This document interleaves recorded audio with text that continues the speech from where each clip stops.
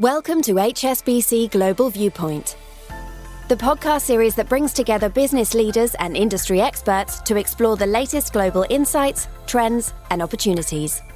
Make sure you're subscribed to stay up to date with new episodes. Thanks for listening, and now on to today's show. Welcome to this special TMI podcast series in collaboration with HSBC called Treasury Beyond Borders, Balancing Risk and Opportunity Through Global Growth. I'm Eleanor Hill, editorial consultant at TMI, and over the course of this series of podcasts, I'll be exploring how global treasury is evolving amid geopolitical shifts and digital transformation.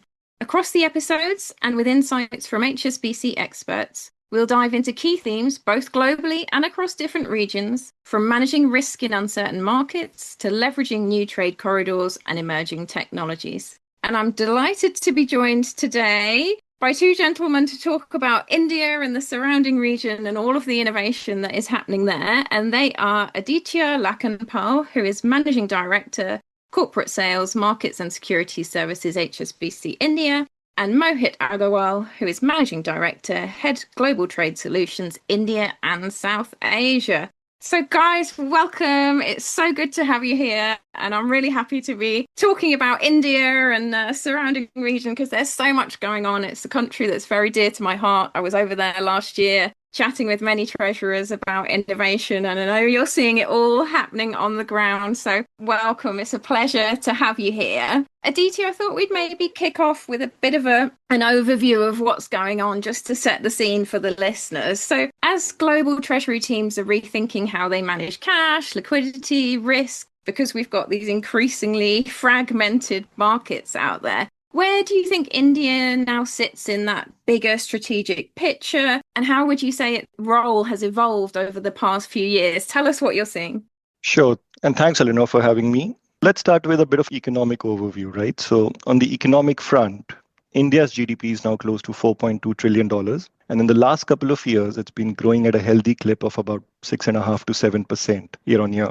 Now, given the sheer scale of the opportunity that India presents, most corporates either want to sell in India, or they want to source in India, or they want to do both. And therefore, India is becoming very, very relevant for corporate treasurers. Now, to my mind, one word that is synonymous with this period of expansion that India has seen is liberalization. We've seen liberalization of banking regulations, liberalization of securities regulations, liberalization of how companies can invest in India, the tax regime, and so on. Now, coming to your question, in the context of how this is relevant for corporate treasurers, in the context of cash, liquidity, and risk management, there are three things that really stand out for me. To begin with, it's the velocity of payments. India is the largest fast payments market in the world today. To put things in context, on any given day, Indians are putting through more transactions through UPI than Visa is processing through all of its network around the world. Oh my goodness, that's an amazing stat. I love it. So clearly, India is one of those few markets where corporate treasurers can undertake payments 24 hours a day, 7 days a week. And I'm sure all of this is music to corporate treasurers because they often have to deal with last-minute liquidity pressures. So that's the first thing.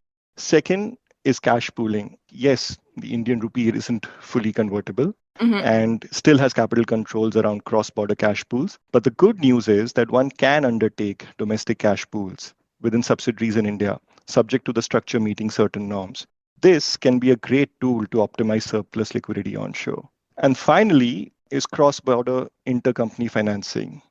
This is one of the areas where we've been seeing a significant amount of liberalization in recent years with the usage of intercompany debt from overseas parent to the Indian subsidiaries. The external commercial borrowing route or the foreign portfolio investment route are two oft-used approaches for this. So in summary, I would say fast payments, cash pooling, ability to use group funding for India expansion have definitely made things easy for corporate treasurers. Oh, Aditya, I agree so much. And I think there's still a little bit of a misconception around India and the challenges in some of the markets like you've described there. But things have moved on so much and so quickly. So it's really good to hear that from your side. And Mohit, I wanted to come across to you just to come back to the UPI point, which Aditya raised so well and gave us some great stats on, because it's one market that I always point to when I'm talking about real-time payments as such a success story. But what does UPI mean for the way Treasury teams are managing their liquidity and reconciliation? Tell us a little bit about how clients are dealing with it. Yeah, thank you so much, Eleanor. Thank you for having me and Pleasure. Aditya. I think Aditya gave a fantastic stat, right? I mean, he just spoke about the number of transactions, how exponentially they have grown for UPI. India is perhaps one of the few markets where corporates can undertake payments 24 hours in a day, 7 days a week. So it's radically transforming how treasury teams manage liquidity and reconciliation. So let's just go into these two aspects, which are most important, a bit more in detail, right? Mm-hmm. So just from an enhanced liquidity management perspective, there are three aspects which become very important. First is immediate fund availability. What UPI enabled is instant settlement. This basically offers corporate treasurers real-time visibility of their cash funds. This allows for a more dynamic and active cash management because now treasuries have to react to inflows and outflows as they happen rather than wait for a batch settlement. Second, again, extremely important, is reduction of idle cash. Real-time settlements reduce the need for holding large precautionary balances. Therefore, funds can be invested more optimally across the organization, resulting in better yields. One aspect which, again, both Aditya and I have highlighted is that operations are now 24/7. So it's also becoming a challenge for the treasurers or the treasury teams to ensure that you move away from the traditional ways of thinking and really upgrade your platforms to ensure that these are more robust systems which can basically account for round-the-clock staffing and automation. So I think from a liquidity management perspective, it's music to all the treasuries. From an automation and acceleration of reconciliation as well, again, all UPI transactions come with unique identifiers. So they can be consumed by their platforms and can result in instant reconciliation. Again, given that the number of these transactions have increased so exponentially, most of the treasuries are now upgrading their platforms in order to ensure that they can take on this data which is coming in and help in real-time matching of funds.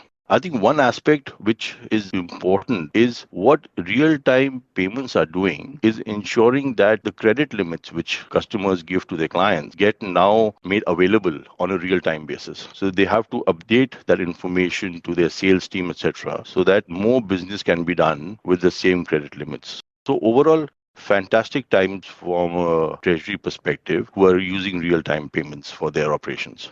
Brilliant stuff. Mohit, thank you so much for that. And I completely agree. It's getting away from those legacy batch processes that treasurers are so used to. And there's no point having real time just in one area of the operations. You've got to have it across the ecosystem, which goes to all of the systems points that you've made there. So thank you for that. And it's really interesting to know what the clients are up to and how they're getting ahead of all of this. But Aditya, I wanted to come back to you because we're in a very unusual, challenging environment out there at the moment, and there's a lot going on in reshaping cross-border payment flows because trade corridors are changing with everything that's going on with the US, the EU, the Middle East. So what's the role of India within all of that? Let me come back to fast payments again. So as fast payments are becoming the norm of the day, on the cross-border front, one of the most promising and exciting developments has been the international expansion of India's UPI. For example, anyone traveling to Paris now can buy a ticket at the Eiffel Tower using their UPI app.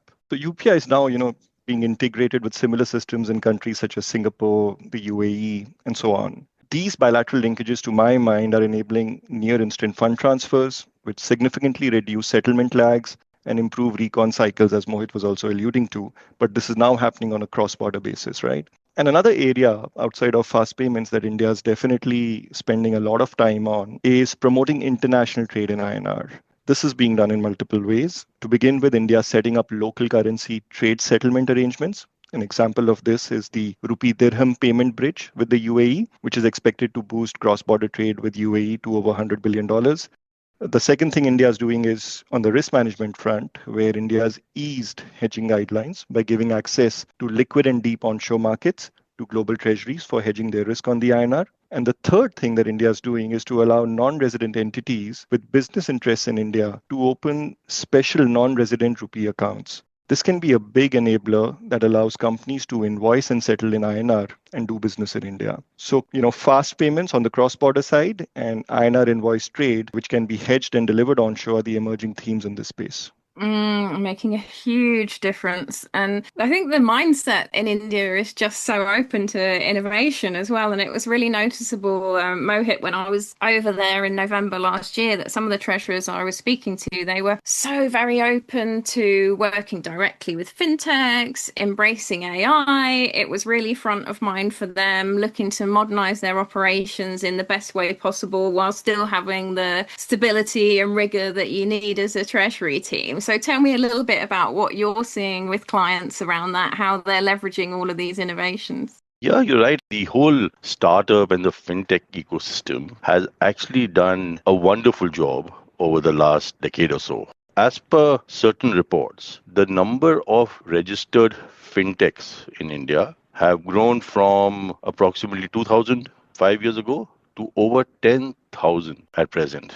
Payments, digital lending, wealth tech, insurtech, neo-banking, SaaS, these are the main themes which come out. But with the number of fintechs which are now available, which are now sort of working, what they are looking for is they're looking at working with various corporates at various niche areas to provide them a better way of doing things. And many Indian corporates now are leveraging several prominent fintech companies, providing specialized solutions for across treasury management. So I'll give you a few examples. I mean, there's so much that is happening. I can only list a few, but let's talk about real-time cash visibility and liquidity optimization, right? I mean, something very extremely important. You have various platforms which now offer to corporate real-time view across all their bank accounts, their gateways, giving treasuries a much more granular and up-to-the-minute control of their cash positions. Even from a dynamic liquidity and forecasting perspective, many tools are now available which use past data to predict the liquidity requirements of the company. If you look at automation and AI-driven workflows, we have fintech companies which are helping treasury with end-to-end reconciliations. Again, predictive risk analytics and fraud detection and compliances are again an important area which are being worked on. On supply chain, which is very close to the business which I'm in, we have seen various platforms come in with end-to-end solutioning and in terms of vendor management, right? So there are various solutions which are being provided. The good part is that the Indian fintech companies, along with various banks, are building scalable platforms. And therefore, that really helps treasuries to really integrate well and make these more cost effective from an overall perspective. So very, very interesting work being done by the fintechs. I think the way the treasuries are adopting some of the new platforms is again amazing, and you will see much more happening in this space going forward as well. Mohit, thank you so much for that. And we almost need a whole other podcast episode to talk about everything that's going on with fintech and AI. As you say, there's so many examples and the treasurers are embracing them brilliantly. But Aditya, I wanted to come back to you and talk about the digital rupee because it's so exciting. There's again so much potential here. Tell us a little bit about the impact of the rollout is expected to have on treasurers, particularly thinking about things like settlement and cash management. What can we look forward to? Yeah, it's hard to have a conversation nowadays without talking about digital currencies in some shape and form, right? So let me start with a short background on the digital rupee, and then I'll hand over to Mohit for a bit of an overview on how corporate treasurers can use it. So the digital rupee is India's central bank digital currency, or CBDC. It's a digital form of India's physical currency, the rupee. It is issued by the Reserve Bank of India, offers features similar to physical cash, like convenience of use, guarantee of RBI, finality of settlement, and so on. The usage of digital rupee is currently being piloted across both the retail and the wholesale segments. So on the retail side, the digital rupee is being used to receive or send money and make payments for transactions, just like a physical rupee note, through a bunch of Indian banks. On the wholesale side, the wholesale central bank digital currency has two use cases right now. One is for settlement of funds for secondary market transactions in government securities, And second is for settlement of interbank lending and borrowing in the call money market. The wholesale version, therefore, is designed to improve interbank settlements and cut collateral costs in government securities, and is again being piloted with Indian banks right now. Additionally, it's the programmability feature that allows the sponsor entity or the user to ensure that the funds in the CBDC wallet are used for a specific end use. That, to me, is the most powerful feature offered by the digital rupee. But let me bring in Mohit here to explain the significance of this to our corporate treasurers. Brilliant stuff. Thanks, Arnav. As Aditya stated, the digital rupee is currently being pilot tested across both the retail and wholesale segments. I think like the UPI, the digital rupee will enable a near instantaneous settlement of the wholesale and retail transactions, which should impact treasuries in reducing settlement lag. The automation and programmability, which is possible in the CBDC platforms, could further streamline corporate workflows by enabling programmable settlement, escrow arrangements, and just-in-time payments. I think what is important is that every digital rupee transaction is recorded immutably, which provides a detailed audit trail of all the transfers. Once we see this facility reaching scale, I think this should then reduce costs for corporates. So again, something which we are looking forward to seeing. Yeah, it does make sense. It really does. And just wanted to come on to one of the other topics that corporates often ask me about around India, ones who aren't necessarily operating there at the moment, but are thinking about it. And that is the Gift City and India's International Financial Services Centre. So how are you seeing more global treasurers make use of these to manage things like multi-currency flows and those regulatory exposures? Aditya, maybe you can give us a flavour. A great question, Eleanor. In order to understand the relevance of Gift City for treasurers, let's first revisit why global treasuries exist. So they help manage liquidity centrally, they centralize risk management, they help companies to use their financial resources strategically and efficiently. Now, how does Gift City dovetail into all of this? To begin with, it has a very comprehensive framework which is already in place for treasury centers. So that framework allows and outlines permissible activities around FX risk management, around cash management, fundraising, intra-group financing. So you've already got a broad framework that one can work off. Secondly, regulatory efficiency. Now, Gift City is regulated by a single unified authority, which is the International Financial Service Authority, or the IFSCA, as we call it. Having one common regulator overseeing banking, securities markets, pension, insurance regulations is a big plus. So ease of doing business. Third, Gift City has a very attractive tax regime when it comes to income tax or tax on dividends and interest rates. I won't get into the details because those are best advised by a tax advisor. But I must actually bring in Mohit here again because he was recently in Gift City and maybe can give us a better color on, what he saw on the ground. Oh, yes. Go on, Mohit. Please do. Yes, absolutely. And each time you visit Gift City, you just see more and more things coming up. So it's developing really well. I think there are two aspects in addition to what Aditya said, which I think are quite important. One is just from a cost savings perspective, right? I think Gift City offers a competitive cost benefit when you compare it with other RTC centers offshore. Whether it is the world-class real estate or skilled human capital, companies will find both available in abundant supply and at a very cost-effective structures. To add to it, the plug-and-play facility and the support subsidies being offered by the Gujarat government GCC policy enhance the appeal of the Gift City. We talked about the ease of doing business. I think just three aspects there which are important. One is just talking about the cross-border payments. There are no restrictions on holding or transferring funds in major foreign currencies, and it is easy to make cross-border remittance from Gift.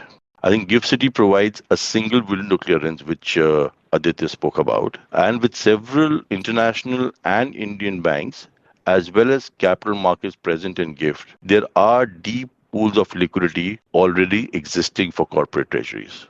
So overall, exciting space to be in terms of Gift City. Yeah, it makes a huge difference for corporates. And I need to visit there now. You've made it sound like I'm coming over again this November to India. So I think I need to at least go and have a look at what's going on the ground. But Mohit, one other thing I wanted to quickly ask you about was I was really struck last time I was in India about how important ESG is to the corporates that I was speaking to. And they were very clear that they wanted to integrate integrate it more into their cash and liquidity strategies. So what kind of practical steps are you seeing Indian Treasury teams taking around that? Yeah, so ESG has become a very, very important metric for most of Indian large corporates. In the last few years, the industry saw a wave of commitment from all major groups towards a green and sustainable future. This also aligns very well with the government's strategy of increasing the penetration of renewable energy in India and build a greater India. I think some of the practical steps will include compliance to the ESG reporting standards.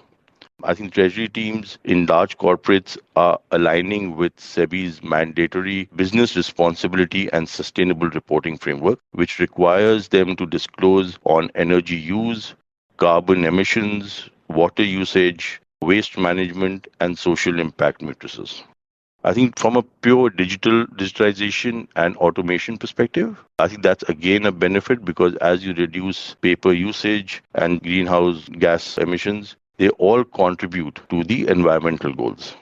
Increasingly, treasuries are embedding ESG in investments and funding decisions. Treasury teams increasingly incorporate these criteria when managing cash investments and funding strategies, favoring green bonds, sustainable fixed income instruments, and responsibly governed counterparties. I think all this is really helping the whole ESG strategy within the Indian corporates. Some of the other aspects where I think treasuries are playing an important role is in enhancing transparency and reporting, cross-functional collaboration and governance, again, important aspects of the ESG framework, as well as overall risk management. So those are the main aspects which we are seeing treasuries forming part of the ESG policy. Yeah, it's very interesting to see treasurers really driving this and, like you say, wanting to embed it and make sure they've got that cross-functional collaboration, the governance, and embedding it into all of the financial decision-making where possible as well, even around investments. So lots to watch and lots of best practice examples coming out from the country as well. I know we've covered an awful lot in this podcast, so Aditya, maybe we could just wrap up with some final thoughts looking ahead. What do you think will define success for Treasury teams operating in or through India over the next sort of 3 to 5 years? Given all of these lovely opportunities that we've spoken about, but there's obviously risks to balance off as well. So how can they make sure that they're setting themselves up for success? You know, the times are changing, right, as they say. So when HSBC conducted its flagship risk management survey last year, ongoing geopolitical tensions emerged as one of the key themes. While some of those still exist, additionally, tariff-related uncertainties have made doing business more complex. Trade and investment is, still impacted. New liquidity and FX risk challenges have emerged, and companies are trying to seek new trade relationships and adjust their supply chains. In this kind of an environment, I would say two things are going to be very important. The first is adaptive risk management. Adaptive because it's going to be the need of the hour. Treasuries will need to bring their A game to the table every single day and be nimble.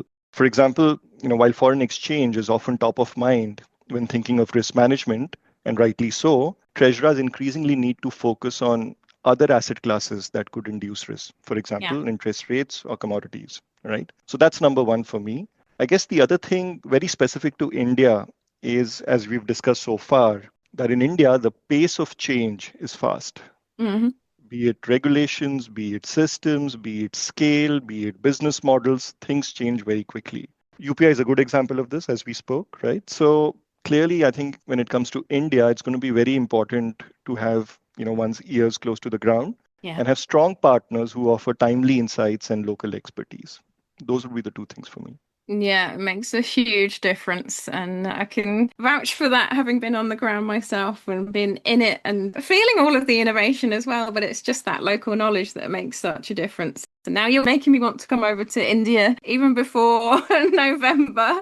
But thank you guys so much for joining us today, sharing your insights and everything that's going on the ground over there. So this brings us to the end of this episode of Treasury Beyond Borders. And thanks to everyone for tuning in. I hope you enjoyed the discussion. And be sure to subscribe and stay updated on our upcoming episodes. Also, watch out for our articles accompanying this series. And thank you very much again to our excellent speakers and to everyone for listening. Thank you for joining us at HSBC Global Viewpoint. We hope you enjoyed the discussion. Make sure you're subscribed to stay up to date with new episodes.